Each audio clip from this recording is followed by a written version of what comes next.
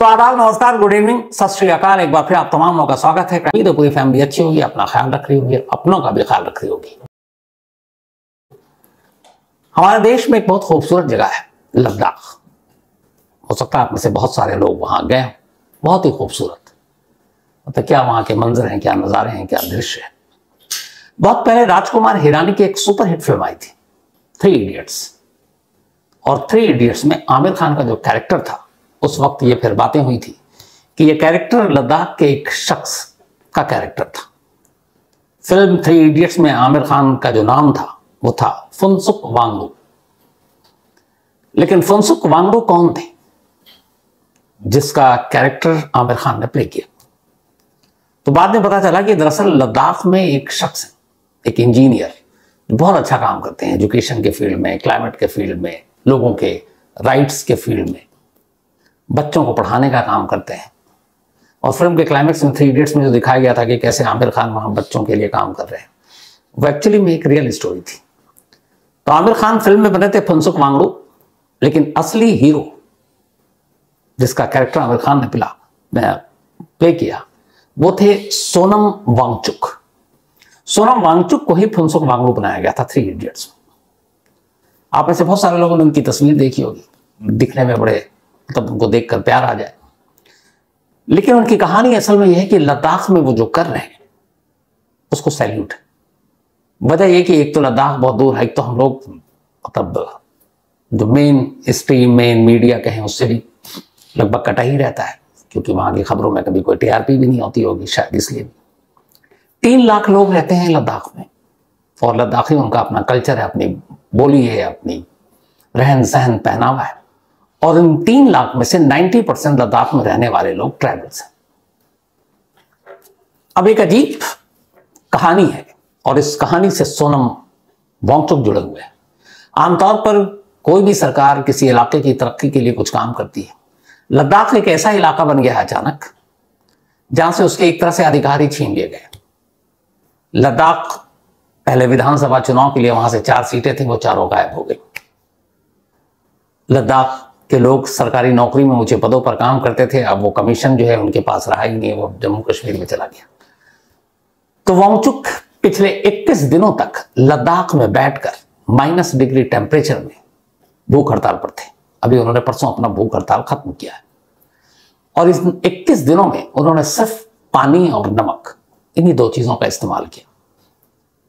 उनकी इस भूख हड़ताल को सपोर्ट करने के लिए तमाम लद्दाखी पहुंचे, और जो उनकी डिमांड थी वो सिर्फ 3 डिमांड थी।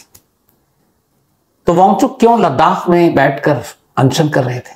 क्यों 21 दिनों तक वो सिर्फ जिंदा रहने के लिए उन्होंने पानी पिया और नमक, इसके अलावा कुछ लिया नहीं?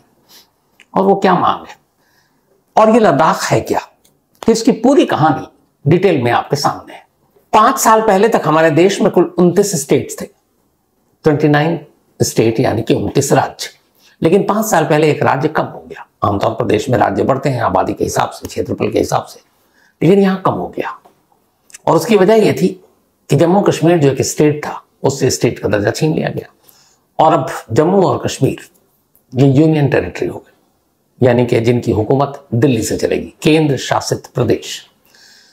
तो इस वक्त अब देश में हमारे 28 राज्य हैं और 8 यूटी है, यानी कि यूनियन टेरिटरी। और इन 8 यूनियन टेरिटरी में से एक है लद्दाख। क्योंकि 5 अगस्त 2019 को जब सेंट्रल गवर्नमेंट ने 370 धारा 370 जब हटाया जम्मू कश्मीर से, तो जम्मू कश्मीर के राज्य का दर्जा खत्म हो गया। अब जम्मू अलग हो गया विधानसभा, और कश्मीर अलग हो गया, लेकिन इन दोनों जगह पर विधानसभा है। और साथ में फिर लद्दाख को भी अलग कर दिया गया। लद्दाख बना यूटी, यानी कि यूनियन टेरिटरी। अब यूनियन टेरिटरी 2 तरह के होते हैं, एक जहां विधानसभा के चुनाव होते हैं, उनकी अपनी सरकार होती है, अपने लोग चुने जाते हैं, जैसे बहुत सारे हैं, दिल्ली है, इसके अलावा जम्मू कश्मीर है, पौंडुचेरी है, गोवा है। ये सब यूनियन टेरिटरी, केंद्र से यहाँ की हुकूमत चलती है। अब लद्दाख भी है यूटी, यूनियन टेरिटरी, लेकिन लद्दाख में विधानसभा नहीं दिया गया। मतलब वहां के लोग अपनी सरकार नहीं बना सकते, ना चुन सकते हैं। विधानसभा की जो 4 सीटें पहले हुआ करती थी 2019 से पहले, वो भी खत्म हो गई, क्योंकि विधानसभा तो वहां ही थी। अब विधानसभा जम्मू में होगी, कश्मीर में होगी, लेकिन अब लद्दाख में नहीं होगी। तो हालांकि 370 हटाने को लेकर लद्दाख के लोग बहुत खुश थे कि अब उनका बहुत डेवलपमेंट होगा, सारी चीजें अच्छी होंगी। लेकिन जब उन्हें पता चला कि उन्हें तो अपने लोगों को अपनी अपनी पावर, अपनी चीजें चुनने का हक नहीं है, ले देकर सिर्फ एक लोकसभा की सीट उनके खाते में रहेगी, और वो लद्दाख, या जो लेह सीट जिसको कहते हैं। विधानसभा की चारों सीटें छिन गई, विधानसभा का दर्जा खत्म हो गया, और यहीं से सारी चीजों की शुरुआत होती है। तो 5 अगस्त 2019 को आर्टिकल 370 जब हटा तो जम्मू कश्मीर 3 हिस्सों में बट गया, एक जम्मू, एक कश्मीर और एक लद्दाख। लेकिन जम्मू और कश्मीर को विधानसभा का दर्जा, लद्दाख को नहीं दिया गया। अब जम्मू कश्मीर में कुल 22 डिस्ट्रिक्ट है, 22, और लद्दाख में है सिर्फ 2, एक है करगिल और एक है लेह। लेकिन लोकसभा की सीट सिर्फ लेह की है। जम्मू कश्मीर से विधानसभा की सीटें चूंकि लद्दाख से छीन ली गई, तो उसमें बहुत सारी चीजों पर फर्क पड़ा, वो पूरी डिटेल में आपको बताता हूं। 4 विधानसभा की सीटें उनसे छीन ली गई। अब टोटल 3 लाख की आबादी, टूरिज्म के ऊपर लद्दाख जिंदा, बाकी वहां आर्मी है क्योंकि चीन का बॉर्डर है। अब हटने से पहले बहुत सारे करीब 35-36 हजार करोड़ रुपए जम्मू कश्मीर को केंद्र सरकार की तरफ से पैसे मिलते थे। लेकिन अब ये हुआ कि अलग हो गया, तब उसको उसके हिस्से में से बहुत कम पैसे मिलते हैं। एक तो आर्थिक परेशानी शुरू हो गई। हालांकि लद्दाख वो जगह है जिसका इतिहास बहुत पुराना है, और जहां पर डोगरा वंश के जो शासक हैं उन्होंने 19वीं सदी में लद्दाख को जीता था, और फिर लद्दाख, तिब्बत, भूटान, चीन, बालिस्तान, ये सब कश्मीर के साथ भारत का हिस्सा हुआ, और कश्मीर का भी हिस्सा हुआ था। 1948 में पाकिस्तान ने जब कश्मीर पर हमला किया था तो लद्दाख पर भी हमला किया था, और उनके कबायलियों ने। लेकिन फिर भारतीय सेना पहुंची, जंग हुई, उन लोगों को खदेड़ा गया, और जम्मू कश्मीर और लद्दाख ये पूरी तरह से भारत का हिस्सा बन गया था। ये सब हम लोग तो जानते ही हैं। अब लद्दाख में वांगचुक को क्यों भूख हड़ताल करनी पड़ी, वो भी 21 दिनों तक सिर्फ पानी या नमक की। तो 370 हटने के बाद शुरुआत में तो लद्दाख के लोग खुश थे, लेकिन उनकी धीरे धीरे नाराजगी बढ़ती गई। और उस नाराजगी की वजह क्या थी? उस नाराजगी की वजह उनकी कुछ डिमांड्स थी। और वो डिमांड्स क्या थी? वो डिमांड्स उनकी हैं सिर्फ 3। पहले उनका कहना है कि जो बहुत जमाने से वो लोग मांग कर रहे हैं वो ये है कि 370 हटने के बाद उन्हें लगा था कि अब लद्दाख की एक नई पहचान बनेगी, लेकिन पहला धक्का लगा जब उन्हें पता चला विधानसभा के चुनाव तो होंगे नहीं।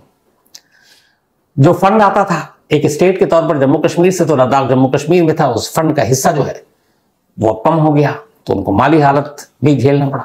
जबकि लद्दाख अगर एरिया वाइज देखें, क्षेत्रफल के हिसाब से, तो जम्मू कश्मीर से भी बड़ा है, और ये इस देश के जितने यूनियन टेरिटरी हैं उनमें सबसे बड़ा है। हालांकि आबादी सिर्फ 3 लाख है। तो एक ये था कि लद्दाख की कम से कम 2 लोकसभा सीटें दी जाए, जो 2 डिस्ट्रिक्ट हैं, एक करगिल और एक लेह, और एक कि यहां पे भी विधानसभा चुनाव दिया जाए ताकि हम अपने लोगों को चुने, अपने लोगों को भेजें, हम अपनी समस्या खुद करें। तो पहली दिक्कत उनकी ये थी। दूसरी जो दिक्कत थी उनकी वो थी सबसे बड़ी, खासतौर पर नौजवानों की। अभी तक जम्मू कश्मीर में लद्दाख के एक साथ होने की वजह से जो पब्लिक सर्विस कमीशन होती है, जो नौकरियों को देखती है, जैसे यूपीएससी होती है तो अलग अलग स्टेट की अपनी अपनी पीसीएस होती है, तो वो अब लद्दाख के पास रहा नहीं। अब पहले लोग जम्मू कश्मीर के थ्रू उस पीसीएस के एग्जाम को पास करके अपनी नौकरी पा लेते थे, तो गैजेटेड ऑफिसर टाइप की नौकरी, ऊंची नौकरी। लेकिन अब उनके पास ऐसा कोई है ही नहीं पब्लिक सर्विस कमीशन। तो ये है कि उनके नौजवान कहाँ जाए। सरकार ने कहा था हर साल 12,000 नौकरी देंगे, लेकिन उनमें से सिर्फ 1000 को भी नहीं मिली। तो उनका है कि हमारे स्टेट को कम से कम, या हमारे यूटी को आप ये तो दे दो। तो एक उनका है, इसलिए नॉन गैजेटेड नौकरी, और उसकी वजह से युवाओं में बड़ी उत्साह है कि हमें ये मिल नहीं रहा। तो उनको 3 चीजें जो चाहिए, एक राजनीतिक तौर पर उनकी आवाज सुनी जाए, यानी कि विधानसभा का उनको 4 सीटें ले ली गई हैं, वो गलत है। लोकसभा की 1 ही सीट है इतने बड़े इलाके के लिए, तो 2 कर दो। दूसरी, नौकरी के लिए ये जो पब्लिक सर्विस कमीशन है, जो अब जम्मू कश्मीर की तरफ चला गया, तो कश्मीर तो अलग हो गया, लद्दाख अलग हो गया, तो हमारे लिए दे दो। और तीसरी जो सबसे बड़ी दिक्कत होती है लद्दाख की, अगर आप लोग गए, लद्दाख में स्नोफॉल और मौसम आपको मालूम है, -40, 45, 50 डिग्री तक तापमान जाता है। साल के 5-6 महीने ऐसे होते हैं जब आधा लद्दाख बाकी के आधे लद्दाख से कट जाता है, न सड़क, न आने जाने का रास्ता, और जो जिधर आधी आबादी है वो आधी पूरे मतलब न सिर्फ लद्दाख से, देश से कटी हुई है। और उसकी सबसे बड़ी वजह यह है कि वहां तक आने जाने का कोई साधन नहीं है, बर्फ की वजह से सब कुछ ढक जाता है। और वो बरसों से कह रहे हैं कि सरकार कुछ ऐसा इंतजाम करे, कुछ ऐसे प्रोजेक्ट लाए, कुछ ऐसी सड़कें बनाए जिससे जो बाकी के 5-6 महीने बर्फबारी का सीजन है उससे आधा लद्दाख बाकी आधे से कटे नहीं, और उन्हें भी बाकी लोगों के साथ जुड़ने का मौका मिल जाए। अब ये तो बड़ी वाजिब मांग है, क्योंकि आप सोचिए 5-6 महीने तक आप पूरी दुनिया से कटे रहते हैं। 90% लोग यहाँ के ट्राइबल हैं लद्दाख के। अब इनका अपना कल्चर है, अपनी सारी चीजें हैं, और ये पर्यावरण को लेकर बड़े जागरूक रहते हैं। अब 370 हटने के बाद जो सबसे बड़ा खतरा और सबसे बड़ा डर है वो ये है कि 370 हटने के बाद लद्दाख को एक यूटी का दर्जा तो दिया, लेकिन विधानसभा तो दिया नहीं। तो मतलब ये कि सारी चीजें, सारे फैसले दिल्ली से होंगे। और ये जो 90% वहां पर संख्या ट्राइबल है, उनका ये है कि अब वहां के एक तो क्लाइमेट को लेके आपको पता है, ग्लेशियर, ये सारी चीजें पिघल रही हैं, ग्लोबल वार्मिंग अलग हो रहा है, तो जलवायु परिवर्तन हो रहा है। तो उनका कहना है कि अब उन्हें एक डर है कि अब दिल्ली से ये लद्दाख की हुकूमत चलेगी तो बड़ी बड़ी जो कंपनियां हैं, बड़े बड़े बिजनेस घराने हैं, अब वो सब यहाँ लैंड लेंगे, आकर यहाँ पे अपना वो कारोबार करेंगे, और उससे उनका पूरा जो पर्यावरण है, उनका जो क्लाइमेट है, वो सारा डिस्टर्ब हो जाएगा। और वो शुरू से इन चीज़ों को बहुत सहेज कर और बचा कर रखते हैं, और वो इसको लेके बड़े सेंसिटिव होते हैं। तो अब ये डर है कि अगर बाहरी लोग आते हैं बिजनेस के नाम पर यहाँ, अपना सारी अलग अलग जो फैक्ट्रियां, कल कारखाने या बाकी जितनी भी चीजें, तो उसकी वजह से लद्दाख की तस्वीर बिगड़ जाएगी। तो अब सरकार ने कहा था कि ऐसा होगा नहीं, लेकिन उनको इसी बात का डर है कि ऐसा होगा। एक और उनकी जो है वो चाहते हैं कि शेड्यूल 6 जो हमारे कॉन्स्टिट्यूशन में है, उन्हें उसका दर्जा दिया जाए। इस शेड्यूल 6 के जरिए ट्राइबल एरिया को सेल्फ एडमिनिस्ट्रेशन का राइट मिलता है। मतलब ये कि आप देखते होंगे जो पंचायत और छोटे छोटे गांव और इसमें जो चुनाव होते हैं, तो उसमें खुद हम चुनते हैं, खुद ही हमारा एक मुखिया होता है, एक बाकी अलग अलग जो लोग होते हैं, और वो फैसले लेते हैं, वो अपनी राय जो है सरकार तक देते हैं, और सरकार उन राय को मानती है। यानी ऑटोनोमस डिस्ट्रिक्ट काउंसिल बनाने की बात है, जिसके जरिए वो लद्दाख में अपनी चीजें अपने कल्चर के हिसाब से सारे काम कर सकें। हालांकि इस वक्त लद्दाख में 2 हिल काउंसिल हैं, लेकिन उनके पास जो हिल काउंसिल है इसी तरीके वो सिर्फ पार्किंग के फीस ही इकट्ठा करते हैं, उनके पास कोई राइट नहीं है। तो वो चाहते हैं कि कम से कम शेड्यूल 6 में, जैसे अरुणाचल प्रदेश और बाकी जो नॉर्थ ईस्ट के कई इलाकों, उड़ीसा, इन सबको दिया गया है, तो ये भी एक ट्राइबल मेजोरिटी जगह है, 90% लोग हैं, तो इनको भी ऑटोनोमस डिस्ट्रिक्ट काउंसिल का राइट मिलना चाहिए, ताकि वो अपने लोगों को चुन सके और उनके जरिए पूरा एडमिनिस्ट्रेशन चला सके। और ये मांग बहुत वक्त से है, और केंद्र सरकार ने इनसे वादा भी किया था कि हम ऐसा करेंगे, लेकिन ये सारी चीजें पूरी नहीं हुई।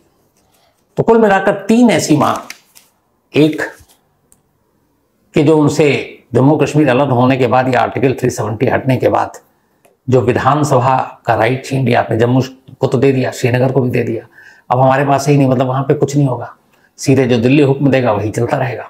तो लोगों की समस्याओं की बात कैसे पहुंचाएंगे ऊपर तक? हर चीज के लिए दिल्ली का मुंह देखना पड़ेगा। दूसरा, इतनी बड़ी आबादी, इतना बड़ा एरिया है, तो हमारा नुमाइंदा कम से कम पार्लियामेंट पहुंचे, और विधानसभा में ये पार्लियामेंट तक तो लद्दाख की कोई आवाज पहुंचाएगा।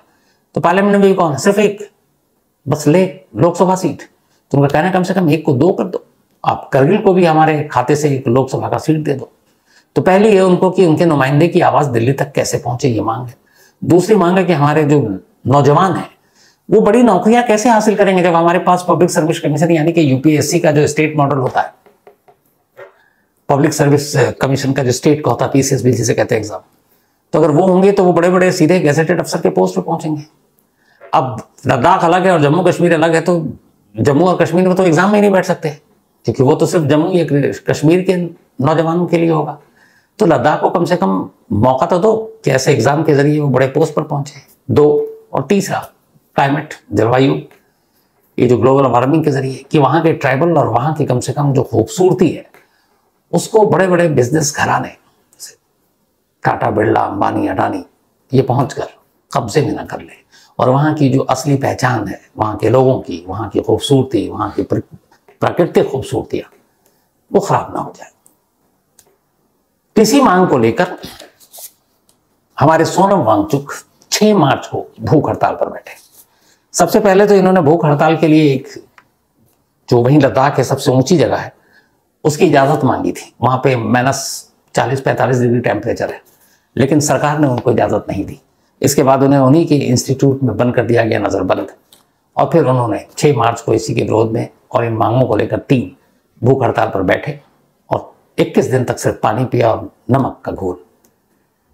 21 दिन के बाद 2 दिन पहले एक बच्चे ने उनका भूख हड़ताल या अनशन खत्म कराया, लेकिन उन्होंने कहा, उसकी वजह यह थी कि वहां के लोगों ने कहा कि हमें आपकी जरूरत है। उन्होंने कहा मैंने अभी तो तोड़ दिया, लेकिन मेरी लड़ाई खत्म नहीं हुई। जब तक लद्दाख के लोगों को उनका हक नहीं मिलेगा मैं लड़ता रहूंगा। और बड़ी तादाद में अब लद्दाख की महिलाएं, लद्दाख के ट्राइब, बाकी लोग वो भी अब वांगचुक की इस मुहिम से जुड़ने शुरू हुए। ये कहानी मेरे सुनाने का सिर्फ मकसद इतना था आज कि ऐसे लोगों की आवाज़ हम लोगों को भी उठानी चाहिए और ऐसे लोगों का सपोर्ट करना चाहिए। हम लोग पता नहीं जस्टिस फॉर ये और वो कितना करते रहते हैं, लेकिन इतनी दूर, इतनी ऊंचाई पर एक शख्स, मतलब जिस जगह वो भूख हड़ताल पर बैठे वांगचुक, वहां के तापमान का अंदाजा ये है कि गिलास में पानी है और पानी जम जा रहा है। आप सोचिए, और 21 दिन तक वो शख्स भूखा प्यासा। और ये कोई वांगचुक ऐसी शख्स नहीं, अच्छी खासी जिंदगी जी सकते थे, मैकेनिकल इंजीनियर रहे, लेकिन जब लद्दाख की हालत देखी उन्हें लगा कोई तो आगे बढ़े, फिर ये आगे बढ़े। इसके बाद इन्होंने Himalayan institute of alternative Ladakh, ये हेल एक बनाया और उसके डायरेक्टर हैं। और कमाल ये है कि वहाँ के एजुकेशन और बच्चों को पढ़ाने के अलग अंदाज के लिए भी ये जाने जाते हैं, ताकि लोग पढ़े लिखे और कुछ लद्दाख का विकास हो। इनकी एक सबसे बड़ी जो चीज़ जो पूरी दुनिया जिसको मानती है, इन्होंने लद्दाख में खेती बाड़ी और सिंचाई के लिए एक आर्टिफिशियल ग्लेशियर अपने दम पर बना दिया। सोचिए, सिंचाई के लिए आर्टिफिशियल ग्लेशियर अपने दम पर बनाया। और जिस तरह क्लाइमेट को बरकरार रखने के लिए ये काम करते हैं, इतने इनकी लिस्ट है अच्छे कामों की कि मैं सुनाना शुरू कर दूं तो पता नहीं कितने घंटे बीत जाए। इनको मैग्सेसे अवार्ड भी मिला 2018 में, और न जाने इसके बाद कितने सारे अवार्ड मिले। तो यही सोनम वांगचुक, इन्होंने परसों भूख हड़ताल तो खत्म कर दी, लेकिन इनकी मांग अब भी कायम है। लद्दाख के हमारे बहुत सारे क्राइम तक फैमिली मेंबर हैं, और यकीन मानिए आज की जो कहानी सुनाई है, कई दिनों से मेल आ रहे थे। फिर मुझे लगा नहीं, ये कहानी जरूर आप तक पहुंचानी चाहिए। तो थैंक यू सो मच जितने भी हमारे क्राइम तक फैमिली मेंबर हैं, लेह में, लद्दाख में, करगिल में, क्योंकि इन सब जगहों से मेल आया। मैंने वो मेल संभाल कर रखे और मुझे लगा कि नहीं, इस मुहिम में इस आवाज़ को मुझे बाकी लोगों तक पहुंचाना चाहिए। हमारे चूंकि क्राइम तक फैमिली मेंबर देश दुनिया में हर जगह और लद्दाख में बहुत सारे हैं। तो मैं सोनम वांगचुक और उनकी पूरी जो वहाँ की लद्दाख के लोग हैं, दिल से दुआ है कि उनकी जेन्युइन मांगे हैं सारी। अभी बताइए ना कि अगर एक इलाका हो और वहाँ कोई नुमाइंदा ही नहीं हो पब्लिक और हर चीज़ के लिए, जैसे आप ही है, मान लीजिए कि आप दिल्ली में रह रहे हैं और आपको 100 रुपये चाहिए, अब हर बार 100 रुपये मांगे, आप मुंबई जाएंगे या फिर चेन्नई जाएंगे, पटना जाएंगे, कोलकाता जाएंगे, कहाँ जाएंगे? लेकिन अगर आप दिल्ली में हैं और दिल्ली में ही आपके पेरेंट्स हैं या रिश्तेदार हैं और आपको मालूम है 100 रुपये अभी दे दिया जाएगा 5 मिनट में, तो ईजी है। अब लद्दाख में कोई प्रॉब्लम हो रही है, छोटी सी बात लीजिए, तो उसका ऑर्डर पास कराएंगे दिल्ली में बैठकर। क्यों? क्योंकि उनके अपने तो रिप्रेजेंटेटिव ही नहीं है, वहाँ विधानसभा नहीं है, वहाँ कुछ है ही नहीं, तो फिर कौन सुनेगा? और सरकारी बाबू उनके आपको बारे में पता है, तो वहाँ का हर फैसला सरकारी बाबू लेंगे, लद्दाख के आम लोग नहीं ले पाएंगे।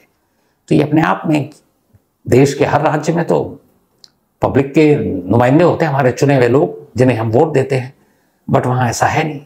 तो फिर वो किसके दरवाजे पर जाए? और सरकारी बाबू के काम करने के तरीके से आप हम सब वाकिफ हैं। इसलिए मेरी दुआ है और मैं चाहता हूँ सोनम वांगचुक और लद्दाख के लोगों की ये जो सारी मांग है, अपने मतलब भोले भाले और छोटी छोटी ऐसी मांगे जिनसे उनकी दुनिया बदल सकती है, तो सरकार को भी इस पर सोचना चाहिए। And thank you so much Ladakh की मेरी पूरी क्राइम तक फैमिली, जिसने मुझे प्रेरणा दी कम से कम इस कहानी को सुनाने के लिए।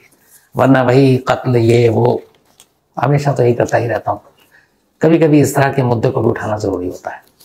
Thank you so much.